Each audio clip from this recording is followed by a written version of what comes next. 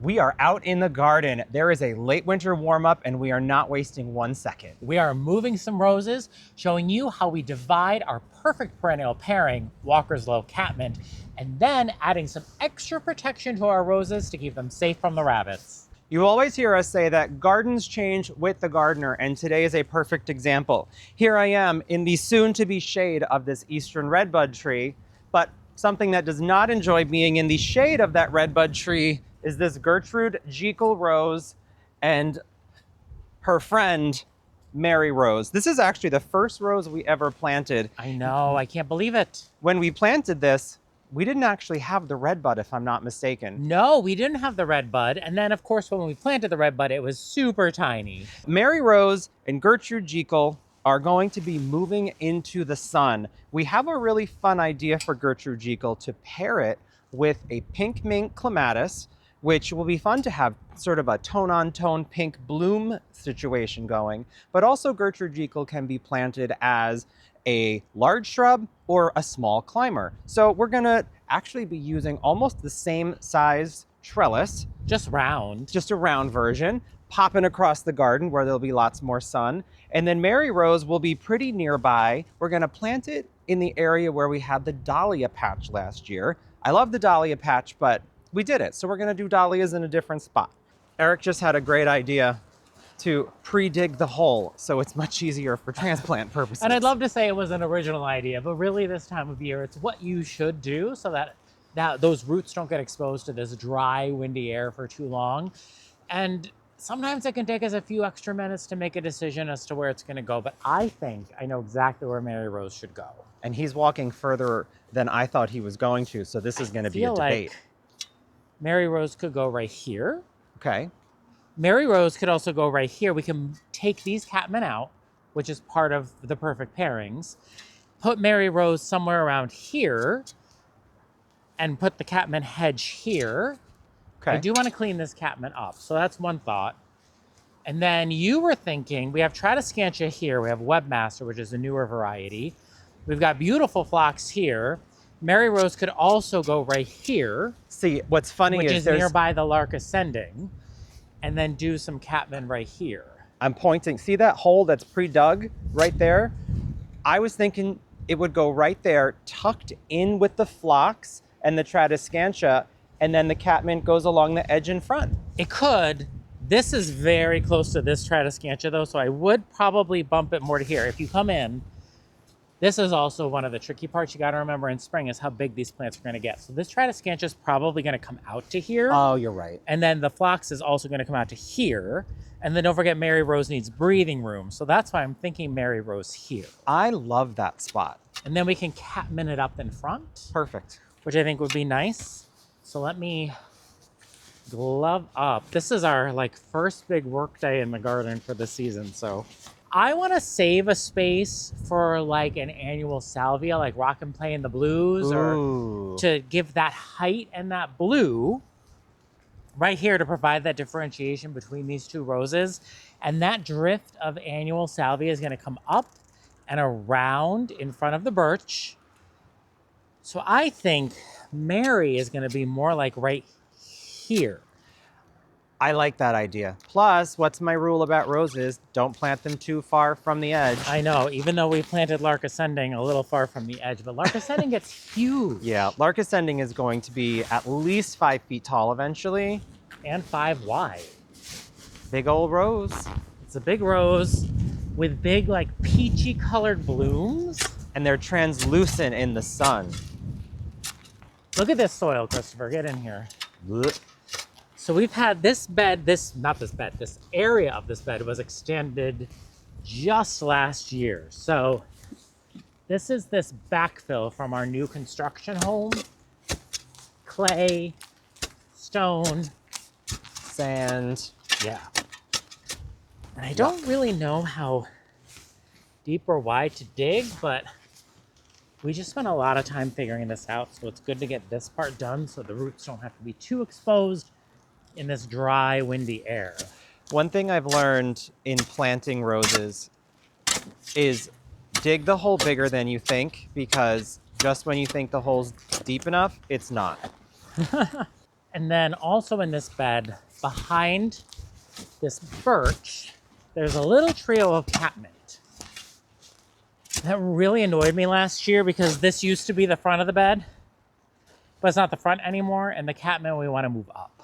Yeah, that'll definitely look better moved up and give us another opportunity for something fun. The best part about digging this time of year is you can be as sloppy as you want because all this is going to get covered.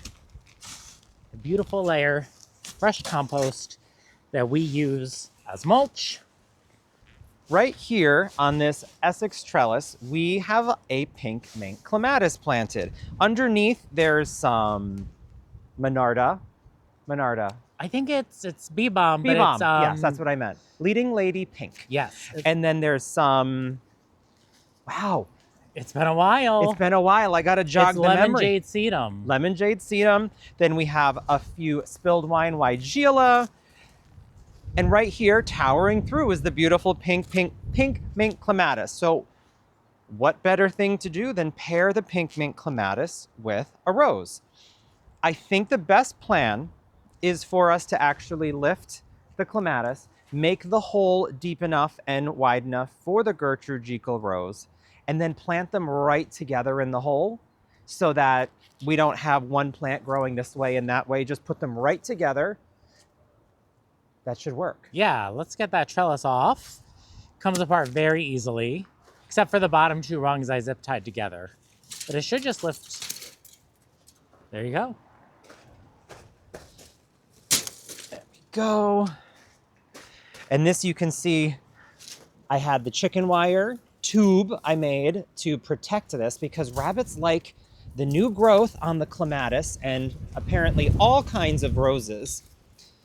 So, and this pink mink clematis, I can take that. oh, there you go, is a type 3, meaning this gets cut back really far every year. I actually had already done it for the most part. I'll be cutting it back a little bit more come early spring, but for now I'm just gonna leave it exactly as is. Although I gotta say, early spring is literally this week. Oh, meteorological spring starts in... Yeah, but the first day of spring is on Thursday. What? I don't know why I keep just pushing spring out in my head. I don't know. Okay, everybody. He should remember the first day of spring because the first day of spring is my birthday. So. Well, I don't even care about spring. I'm just so focused, So focused on the celebrating celebration. Me. Yes. How could I possibly think of anything else? Change of plan. As I start digging this up, Eric is making the very good point that we don't really have to take the clematis completely out. I am just going to carve right next to it. Yeah. And make as deep of a hole as I can right in this little pocket to put Gertrude Jekyll. You know, Yeah. Gertrude's going to be interesting to relocate because it is the meanest rose I've ever worked with. I think sometimes when you lean over to smell it, it just reaches out and pricks you with its thorns. Beautiful smell, very thorny. Again, move first. I'm going to move Gertrude first. Ooh, brave. I am going to take a bit of the stalks off. This entire cane has blackened, which is the sign that I'd be cutting this all out anyway. So I'm just going to take that right off.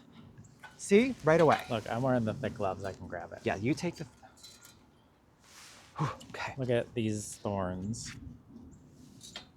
I'm going to take this down further than I normally would for pruning purposes, just because I want to get it transplanted. Frankly, I want to get as much of the thorns out of my way for planting as possible. 100%. All right, that's what I'm going to start with. Take my little sign over there. I think we're gonna have to give this obelisk a little spray paint. I think we might have a garden structure refresh day. I'm curious if you pull dirt away, if you can just kind of, I just want to see kind of what's going on.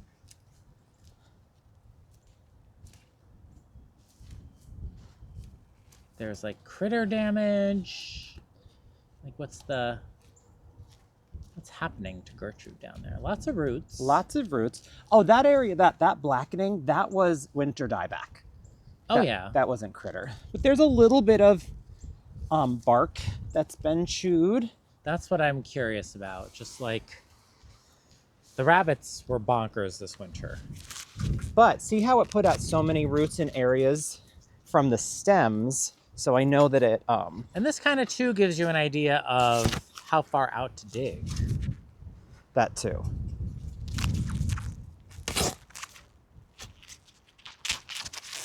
And I wouldn't be surprised if he ran into some redbud roots. Oh, I'm kind of expecting that. When I'm digging, I'm trying to go as straight down as I can to get the most roots. And then I'm just jiggling a little bit to get an idea of how much further I have to go. Little jiggle. Ooh, we're close.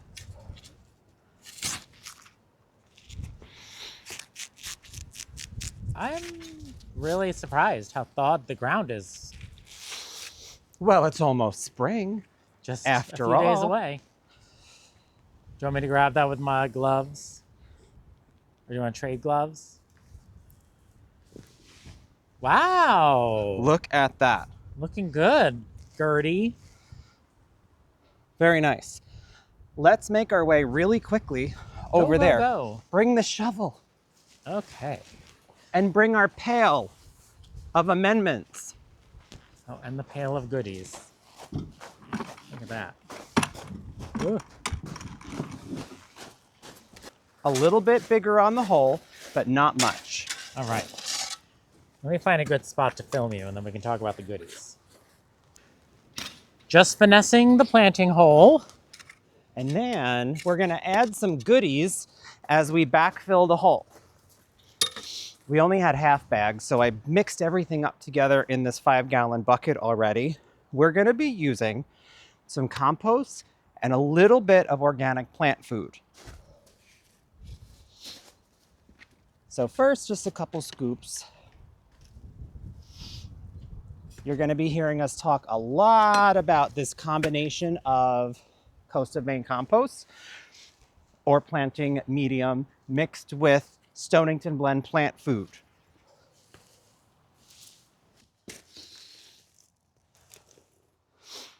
Yes, I did it. Yeah? I feel very good about this planting hole size. I am gonna rotate the plant slightly. Yes. I would take some of this native soil and toss it in underneath too, because I think it's gonna settle a bit underneath because that was very dry mix. And since we've been using the other compost, we'll be getting a nice mix of the sort of native with the compost, the new compost, and that planting. Can you lift it a little bit and put some more soil under it by any chance and shove it a little closer to the clematis? Do you want me to try with my gloves on? Yeah. Okay. I'm letting him have a try because I'm already bleeding. And I want to get it as close to this clematis as possible. If I do it like this, do you know what I mean? Okay. Really push it in there. And then if you're adding amendments, which you can or not, it doesn't matter really. This is what we do. You just want to make sure you mix any amendment you add in with native soil. Does that look pretty close from your angle? Because it looks close from mine. That is as close as I think you're going to get this rose to that. Just really bury that in there tight. And then the other thing we have to do, because our hoses aren't hooked up, we're going to have to get our watering can out and really water this in. And even at this point, before it's fully planted, would probably be a good time to start watering it so that the soil settles and we get air pockets out. I know I can Worry do more this. about the rose than the clematis because I'm going to be cutting that back so much.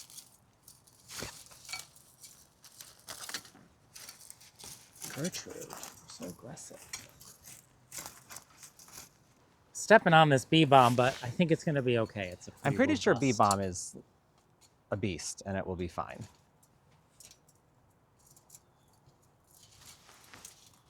It's a beast. Okay. Now we do the backup test. I can tell it's leaning that way, I think. Yes, it is leaning to the west.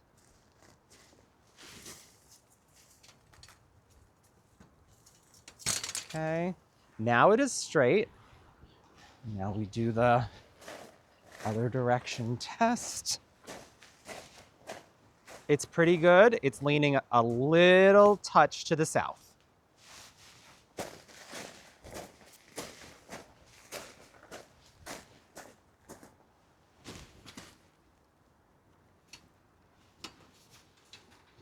He did it. Wonderful.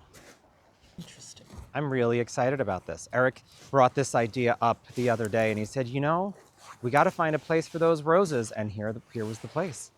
Whoop. Whoops, sorry. Whoops. Compost doesn't taste that great, I got to That's tell what you get for forgetting my birthday. What? Do you want to do Mary and then water this in? Let's do Mary, then we'll water. Oh, yeah, because we have to also move Catmint, and I don't want to work in mud. We also have to move Reminiscent. Oh, yeah. Okay. Mary's going to be an interesting one to dig because it has really spread out at the base. Yes. I'm also already kind of thinking of what's going to replace these. Is there going to be an annual or is it going to be a shrub? A shrub. Is it going to be a dark leaf shrub or a light leaf shrub? Something rabbit resistant. All right, Mary. Oh, we got to take Gertrude's name tag. Oh, yes, we have to do that. I got those on Etsy. I know a lot of people are going to ask, and I don't quite remember the name of. Yeah, it was an Etsy store. That was a gift, I think. Was that my birthday? You got me all my rose tags? Sure was.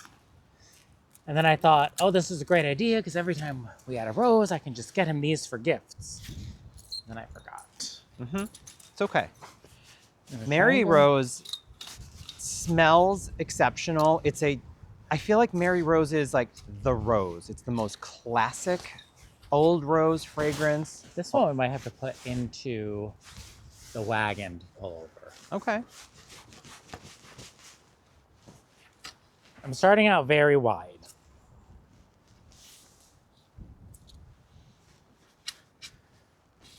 Forget what year this one was introduced. I think this is on the slightly older side for the David Austin collection. Somebody messaged me on Instagram and said this was also their first David Austin rose. Why don't I get over here? Yeah, and I'll get on this side. And I'm probably going to run into some drip, but ready? Ready. And I'm going to go under a little more. All right. I'm going to see if I can lift this. All right. I'm going to use my techniques I learned at the gym. And I did it. Wonderful. Mary Rose, here we goes. Definitely not as deep as I thought. Same. All right, well, this hole didn't need to be this deep, but that's okay. But it did need to be that wide, so that's Actually. the spirit. Oh, that's a redbud root. Oh yeah, that's not attached to anything. Okay. Wow. Oh, so yeah, that's a redbud root. Okay, Mary, what's your best angle?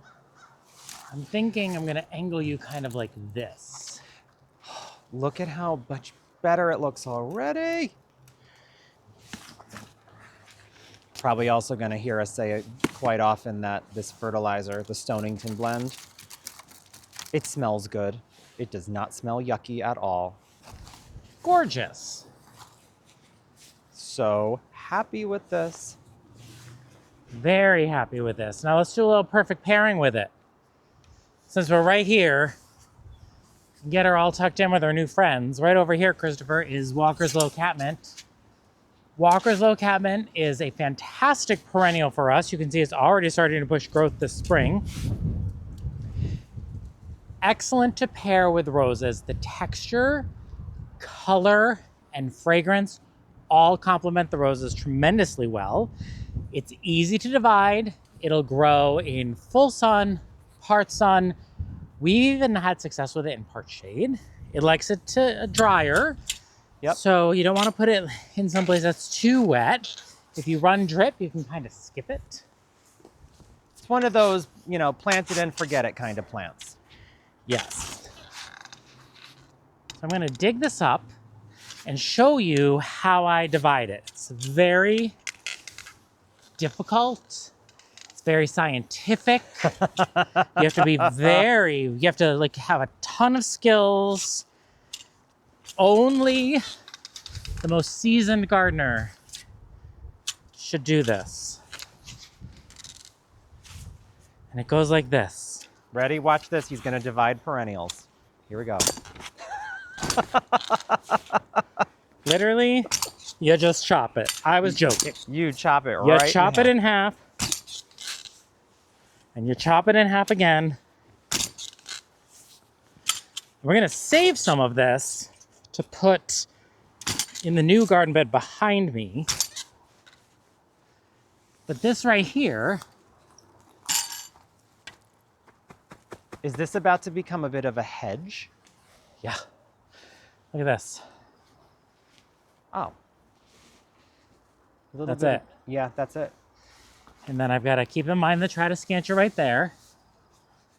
So go right at the base. And the scent of catmint is unappealing to rabbits and deer.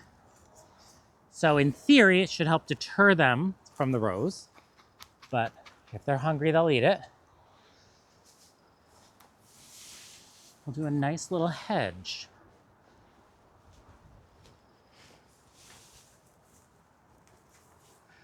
So we've taken one perennial, we've turned it into 4.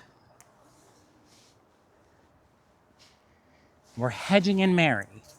The rest of these, we're gonna save to plant in the new border.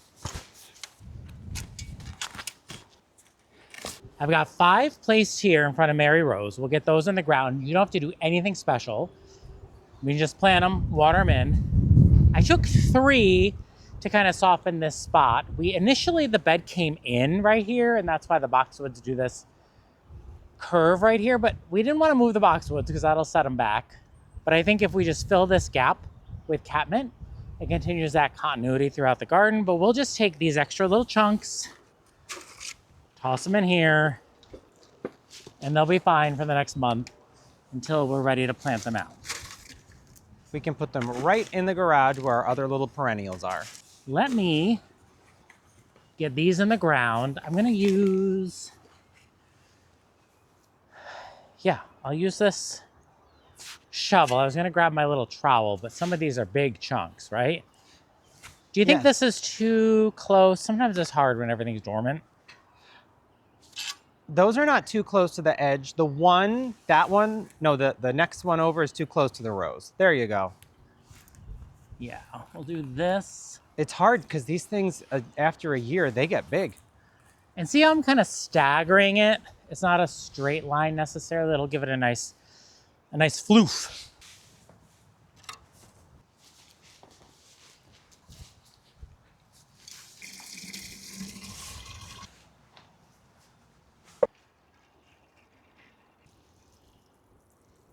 This area we also have to address because gardens change all the time.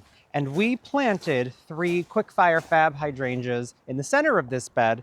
And right on this side, we have a drift of 7 reminiscent pink roses, which I say all the time, the healthiest rose I have ever seen.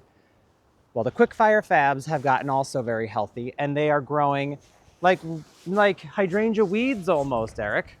So we need to pull some of them forward. And we have a large hedge here of Walker's Low catmint that we also have to address because, frankly, it's too big and it's a little bit tucked in. So what do you think we should do first? Should we pull the catmint and then place the roses? So, again, the shape of this bed kind of changed when we extended this pathway out. So I think this catmint, these 1, 2, 3, 4, 5, 6 need to pull. I think we need to do a straight row of catmint here and then a little cluster here.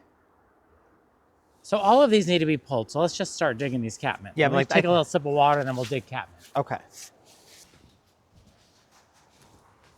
It's a big catmint.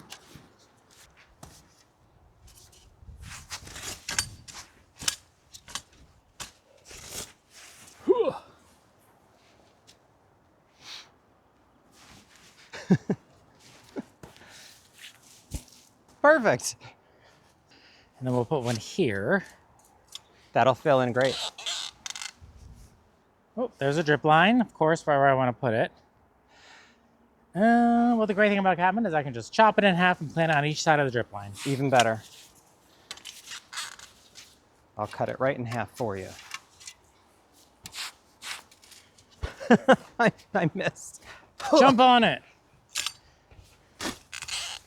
Use your full body weight. There we go. There we go.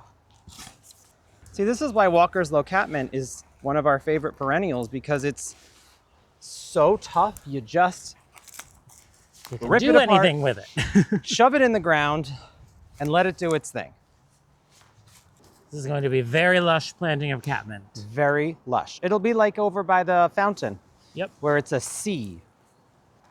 I really miss my pants with the knee pads in them. We're gonna find you some pants, don't worry. Because now that I've just worn mine for the first time, I understand the true value of fancy pants. Yep, they need to come back in stock.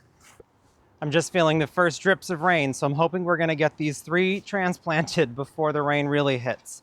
There's 7 reminiscent pink in this drift, and there's 1 here and 2 right in front of me that I think need to just shift right to where those Catmint were. See, I don't think that one does. You don't think that one does? No, I think it's just those 2. The thing is, if you notice, see how short it is compared to that one? Yeah. That was completely buried. Oh yeah, actually, now that I'm picturing the branches. There, like this one even was still pushing outward. Yeah, okay, let's do those 3, and they're just gonna go up where the Catmint was. They're going exactly in those places. Whoa, look at that. That was a very easy dig. Love an easy dig. It's not gonna be an easy lift though, because I am looking at those thorns. I got you rose gauntlets at some point. Yes, I do have rose gauntlets in the garage that I could have brought out, but that would be thinking ahead when we're working with roses. Great roots on this. Spring rain. Love it. Oh, wow. It is supposed to be a wild night of weather tonight. I think it might be bringing back some of the cold. Ugh.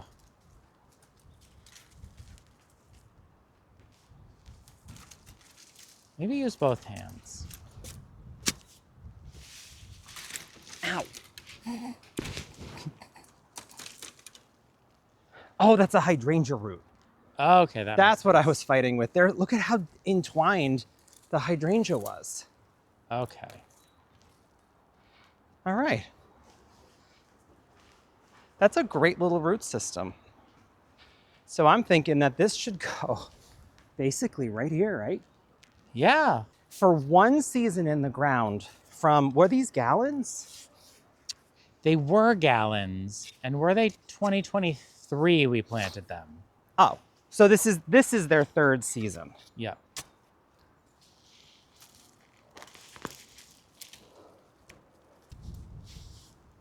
So maybe here, Let's observe. If you step back Here. Kind of get a good idea. like that.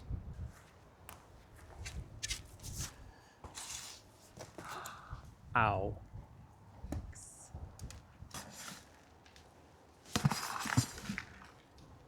What do you think, Christopher? I think they look a lot better. There's so much breathing room. There's a lot of breathing room. The quick fire fabs have breathing room. Everything's going to be happier for sure. We have our watering cans filled up. This one's my favorite one because of the very long handle. I really like It has a gentle rose at the end too. Yes. Doesn't disturb the soil. Yes. That is what that thing at the end that disperses the water is called a rose. So we'll water these in. And then that's it for moving roses. That's it for dividing perennials. But next, we have to add some protection to our roses because this winter, we experienced a lot of rabbit damage because we forgot to add our special protection to our roses on anything new that we had planted. That super secret rabbit technique that Eric is talking about is chicken wire. This is a black chicken wire that I found at Lowe's. I only found it online. If I can find that product, I'll put the link in the description. It's kind of a silicone coated, so it doesn't stab you nearly as bad. And I cut it with these tin snips. These were super cheap too. So realistically, that's the secret weapon. And then sometimes you need to zip tie them together. So we have little black zip ties. But let's take a look at Eustacia vi. This rose we had transplanted a while back, and this is going to be its year where it really shows up for us and says, hey, I'm here. I'm back from that transplant. It actually already has some swelling buds. I see that. Which, too early, way too early. But this is why we want to get this chicken wire on now before it becomes unmanageable. Right. When we're looking for rabbit damage or any like vermin / deer damage, we're looking for these scraped areas here. This scraped area, that's not going to be healthy. We don't want that to happen. So I am going to look and see where there's some nodes, and I am going to cut that right off. It's going to make it easier to put the chicken wire on, but also we just don't want that growth that can invite in the bad things, any virus or whatever in the world. And the reason it's so high is because we had such deep snow. So the rabbits were elevated off the ground, and the bottom of the plant was protected because of the snow, which is great. One of the benefits of having snow is it protects the crown of the plant. Right. We know the crown of the plant was protected. It's just that it lifted things up to be a buffet for the deer. So yes, this is a very brutal pruning that I'm doing right now, more than I normally would, but we want healthy roses more than anything. I'm going to take this last one. I don't know if I can bear to do any more. So let's stop here and put our first chicken wire cage on. Actually, just because this is in my way, I think I'm going to take this. But look at how far down they went, Eric. Oh, wow. Okay. Rude. There is a little node close to the ground here, so I'm not worried. This is not going to kill the rose. Yep, they got the backside there too. In the front, there's some further down in front. Oh, I see it. Okay, It'll be fine. It'll be fine. It'll be fine. It'll be fine. It'll be fine. It'll be fine. It will be fine. I know. And if it's not, it's replaceable. It is replaceable. So this, you know what? This would have been going anyway because some yuckiness. There we go. This poor rose has been through it. How's it look on this side? I mean, this one looks fine, but we can't just leave a random log. Yeah, we can't leave one random. And I guess we could, but. Okay, so that is what we're gonna do with these for now. So wow, I almost nailed right on it because I couldn't see it anymore.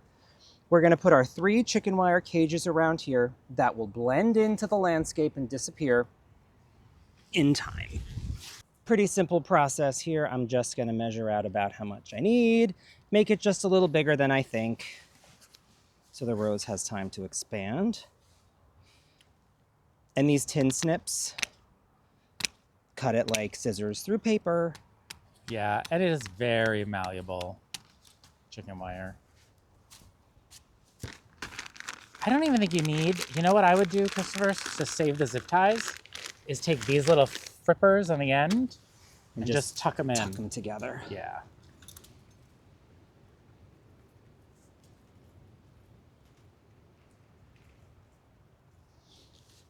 That's actually going to be better because it'll be less stuff to catch the light and make it noticeable. Yeah. So at least now we know throughout the growing season that the base of the rose is going to be protected from rabbits. How many roses do we have now? Oh, we have well over 80. Isn't it going to take a while? It'll take a while. We might need to get another package too of chicken wire. I'm going to make this one a little bigger, even though, because this rose is going to grow up and be so big and strong and happy. Absolutely. Now that nothing can eat it. And we could take precaution and landscape staple these into the ground, which we might do if we see them blow off. But as soon as the roses start growing and intertwining with the chicken wire, we won't have to worry about them budging at all. It'll become part of the plant. We'll reuse the one that was on the clematis for the clematis and Gertrude together.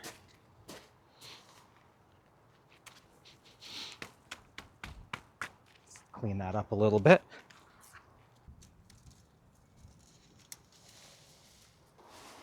Three roses down. Let's go do Mary. And then I think everyone will have gotten the point and we'll just get to work. Mary's pretty wide. Yeah, this is Not too much rabbit damage though. She must not be very tasty. Apparently the rabbits are very selective of what they want to eat in our garden. They really like Tromner spruce. That's one thing they like. I know, that was hysterical.